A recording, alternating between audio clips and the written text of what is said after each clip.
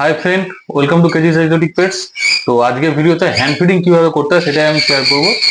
তো ফার্স্টে আমি বলি হ্যান্ড ফিডিং করার জন্য কি জিনিসগুলো জানা প্রয়োজন। হ্যান্ড ফিডিং খুবই একটা ইজি প্রসিডিওর যদি আপনি সম্পূর্ণ প্রসিডিওরটা জানেন। তো হ্যান্ড ফিডিং এর ক্ষেত্রে কি করা উচিত সেগুলো আমি ভিডিওতে পার্ট পার্ট ভাই বলবো। আর ফার্স্টে যেটা জানার জিনিস, তো হ্যান্ড ফিডিং আমরা কোন টাইমে বাচ্চাকে হ্যান্ড ফিডিং এর জন্য নেব। তো আমি বলবো সবচেয়ে বেস্ট এক সপ্তাহ হয়ে যাওয়ার পর, পেরেন্টসের কাছে এক সপ্তাহ বাচ্চা বড় হয়ে যাওয়ার পর তারপর হ্যান্ড ফিডিং এ পাখিকে নেওয়া সবসময়ের জন্য বেস্ট। যারা এক্সপার্ট আছেন তারা ডে ওয়ান থেকে হ্যান্ড ফিডিংটা করে। তো তার জন্য কিছু জিনিস অবশ্যই মেনটেন করা উচিত। তো ডে ওয়ানের ক্ষেত্রে থেকে অনেক কিছু হাইজিন প্রপারলি মেনটেন করতে হয় এবং পাখিকে টাইম টু টাইম 2 ঘন্টা ছাড়া ছাড়া খাবার দিতে হয়। তো ডে ওয়ান থেকে হ্যান্ড ফিডিং করতে হলে day one, day two, day three, day five, তো এই 5 দিন খাবারের থিকনেসটাকে অল্প অল্প করে বাড়ানো হয়। আর ডে ফাইভ থেকে সেই থিকনেসটা আপ টু উঠতে পারা পর্যন্ত পাখি, মানে পাখি যতদিন না সেলফ ফিরে আসে সেই ডোজটা একই থাকে, খাবারের থিকনেসটা একই থাকে। তো আমি যে আজকে যেটার উপরে যে হ্যান্ড ফিডিং এর খাওয়ার উপর বলবো A19। তো আমি আমার পাখি, আমার সানকনুরকে খাওয়াবো A19। তো সেই A19 এর ডোজ যেটা আপনাকে দেখিয়ে দিচ্ছি, এটা আমার বড় A19। তো ছোট A19 এ, তো এখানে A19 a day by day খাবারের যে থিকনেস কি দিতে হয় সেটা পরিষ্কার মেনটেন করে বলা থাকে। তো ডে ওয়ানের ক্ষেত্রে 1 পার্টের সঙ্গে 6 পার্ট জল দিতে হয়। তো এইভাবে করে করে দেখবেন আপনাদের এখানে প্রপার দেয়া আছে। তো আমার যেহেতু আজকে খানকুনুরের চিপসগুলো বড় হয়ে গেছে, তো ওদেরকে আমি ডে 5-এর ডোজ হিসাবে দেবো 1 পার্টের সঙ্গে 2 থেকে 2.5 পার্ট গরম জল। তো চলুন এবারে আসল ভিডিওতে আসছি। তো এবার আপনাদেরকে আমি হ্যান্ড ফিডিং কিভাবে করাতে হয় সেটা আজকে দেখাচ্ছি। তো চলুন দেখা। তো ফার্স্টে আমার গরম জল ফার্স্টে রাখা আছে। তো অবশ্যই হ্যান্ড ফিডিং কে গরম জলের সঙ্গে দিতে হয়।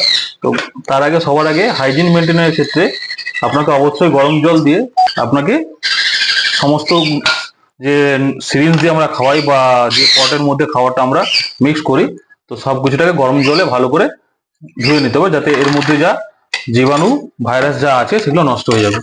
তো একদম খুবই গরম জল, তো তাকে দিয়ে আপনাকে এগুলো ওয়াশ করে নিতে হবে। বেশ কয়েকবার ওয়াশ করে নেওয়ার পরে আপনার এইভাবে সবগুলো ওয়াশ করে নিতে হবে।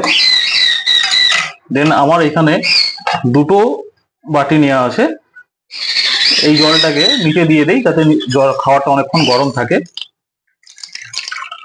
তো এবারে আমি আমার যে A19, এটা ছোট এর মধ্যে রাখা আছে যাতে খাবারটা নষ্ট না হয়ে যায়। এটা বড় খাবার হতে অনেক বেশি আছে, তো বারবার ইউজ করলে খোলাখুলি করলে খারাপ হয়ে যাবে। তো ছোটতে অবশ্যই সরিয়ে রাখবেন আপনারা। তো এটা 5 গ্রাম হিসাবে থাকে, তো আমি আমার সেই হিসাবে নিয়ে নিচ্ছি।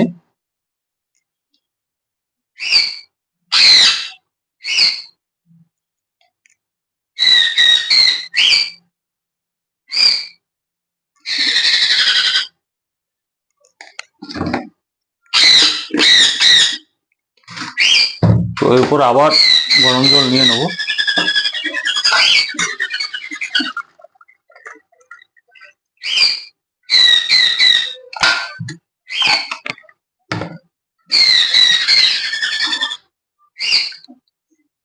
যতটা জল লাগান নিয়ে নেব।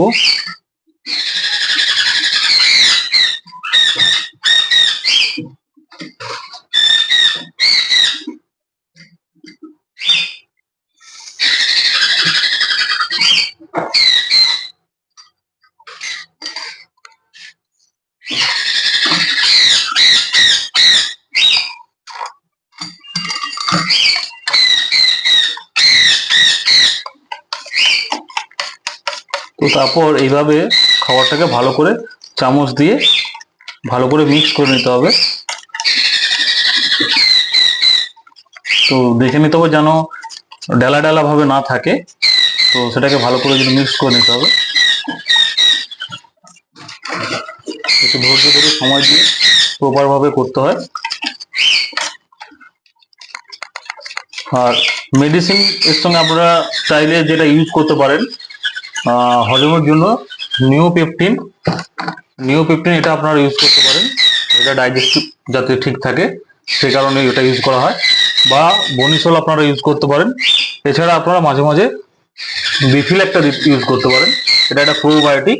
এছাড়া আপনারা আলাদা কিছু প্রোবায়োটিক ইউজ করতে পারেন, আমি এটা ইউজ করি তো বিফিলেক। তো এগুলো মাঝে সাঝে আপনারা প্রয়োজন অনুযায়ী, পাখির কন্ডিশন অনুযায়ী আপনারা ইউজ করবেন। তো বাকি এই যে খাওয়ার A19 যে খাওয়ারটা, তো এর মধ্যে সমস্ত কিছু মেশানো আছে কোম্পানি থেকে, তো যার জন্য এর সঙ্গে আলাদা করে কিছু অ্যাড করতে হয় না। প্রপারলি মিক্সড হয়ে গেছে। তো এরপর যেটা খাবারের টেম্পারেচারটা অবশ্যই মেনটেন করতে হয়। খাবারের টেম্পারেচার যেটা মেনটেন করতে হয়, আপনার পাখিকে 37 ডিগ্রি থেকে 40 ডিগ্রি সেন্টিগ্রেড পর্যন্ত এই টেম্পারেচারের মধ্যে পাখিকে খাওয়াতে হয়। তো এর কমে খাওয়ালে পাখির ক্রপ ইনফেকশন হয়ে পাখি ডাইজেস্ট প্রবলেম হবে। তো আর 40 ডিগ্রির উপরে খাওয়াতে গেলে তখন আপনার ক্রপ বার্ন হয়ে যাওয়ার চান্স থাকে। তো টেম্পারেচারটা অবশ্যই সবসময় মেনটেন করবেন, কারণ আপনি যদি কম টেম্পারেচারে পাখিকে ঠান্ডা খাওয়ান তখন ডাইজেস্ট হবে না, আর বেশি টেম্পারেচারে খাওয়ালে ক্রপ মানে বার্ন হয়ে যাবে। তো আর খাওয়ার থিকনেসটা এই যে দেখাচ্ছি, এটা একটা আপনারা এটা থেকেই বুঝতে হবে যে কতটা থিকনেস করতে হয়। খুব বেশি মোটাও না আর খুব বেশি পাতলাও না। তো আপনারা একটা আন্দাজ মতো করলেও এটা করতে পারেন।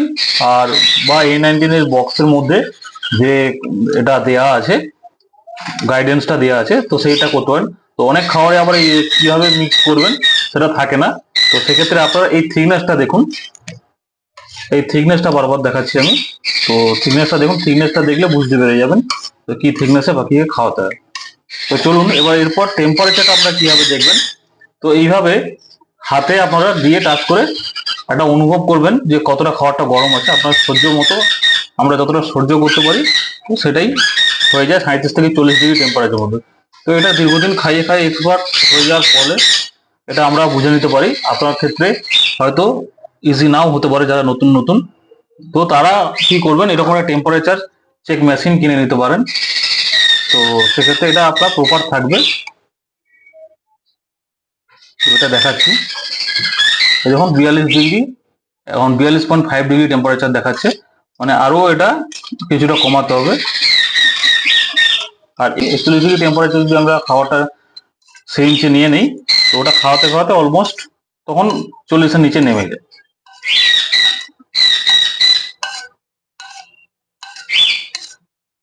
তো খাবারটা এইভাবে একটু ঠান্ডা করে নিচ্ছি।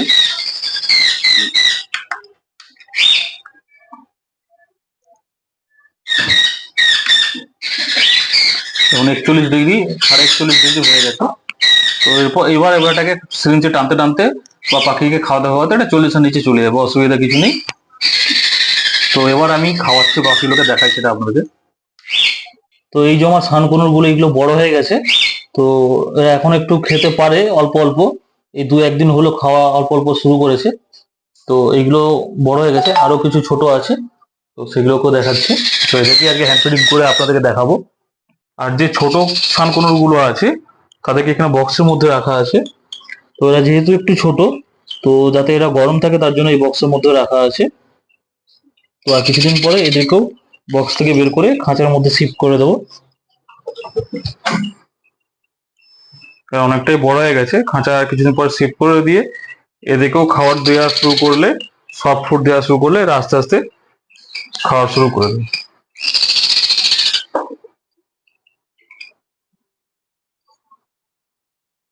তো বড় বাচ্চাগুলোর কেসটা খুলে দিতে এটা হ্যান্ড ফিড নেওয়ার জন্য নিজেরাই বেরিয়ে চলে এসেছে। তো রেডি হ্যান্ড ফিড খাওয়ার জন্য এটা। তো এই বড়গুলোকে আগে খাইয়ে দিই, নাহলে এরা বেশি মারামারি করবে।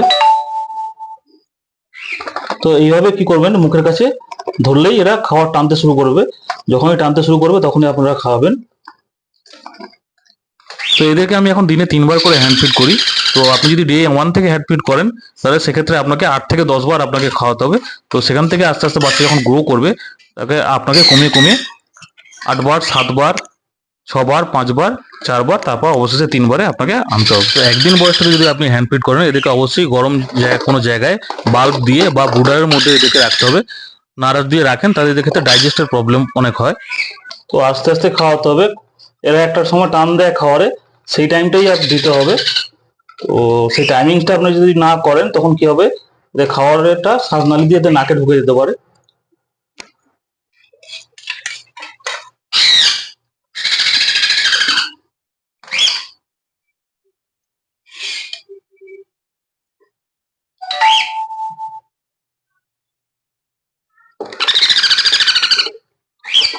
এইভাবে খাওয়াতে হয়। যখন টানবে সেই টাইমটাই ছাড়তে হবে, আবার যখন এর মাঝে মাঝে রেস্ট দিতে হবে।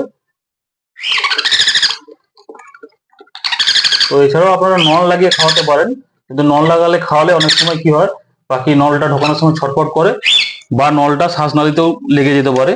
তো সবসময় যে নল বাদে খাওয়ানোটা ভালো।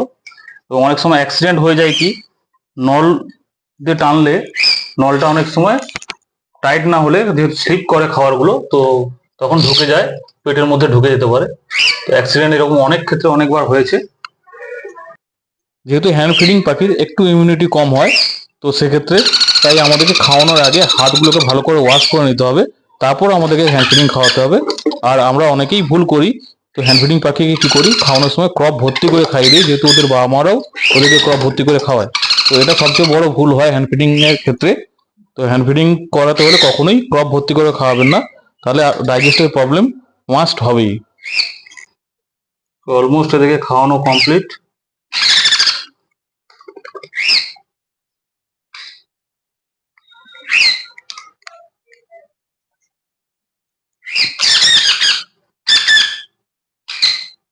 খাওয়ানো কমপ্লিট সব কটাকে।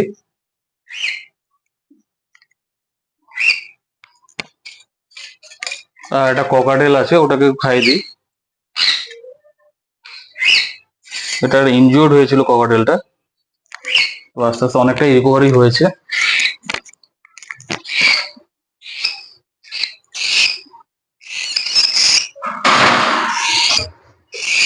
তো এরা উড়তে শিখে গেছে অলরেডি, অনেকটাই বড় যে এগুলো, বড় যে সানকুনোরের বাচ্চাগুলো।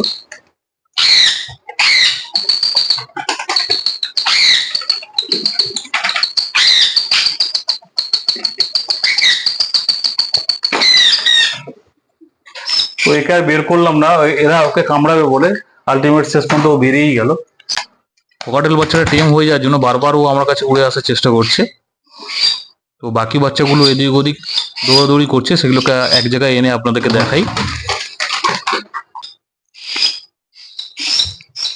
বড় বাচ্চাগুলো ফ্লাই করতে শিখে গেছে, আর ছোট বাচ্চাগুলো ফেদারগুলো অনেকটাই বেরিয়ে গেছে, আর কিছুদিন পরে এদের ফেদার কমপ্লিট হয়ে গেলে এরাও ফ্লাই করতে শুরু করবে।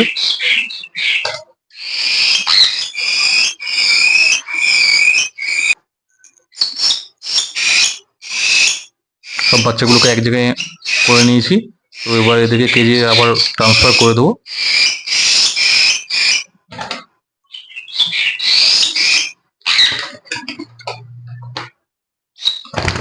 এটা বারে বারে আমার কাছে আসার চেষ্টা করছে। তো এটা ফুললি টেম্প হয়ে গেছে। তো ফ্রেন্ড, খাওয়ানো যদি কমপ্লিট হয়ে যায় তো উড়ে এসে আমার ঘাড়ে বসেছে।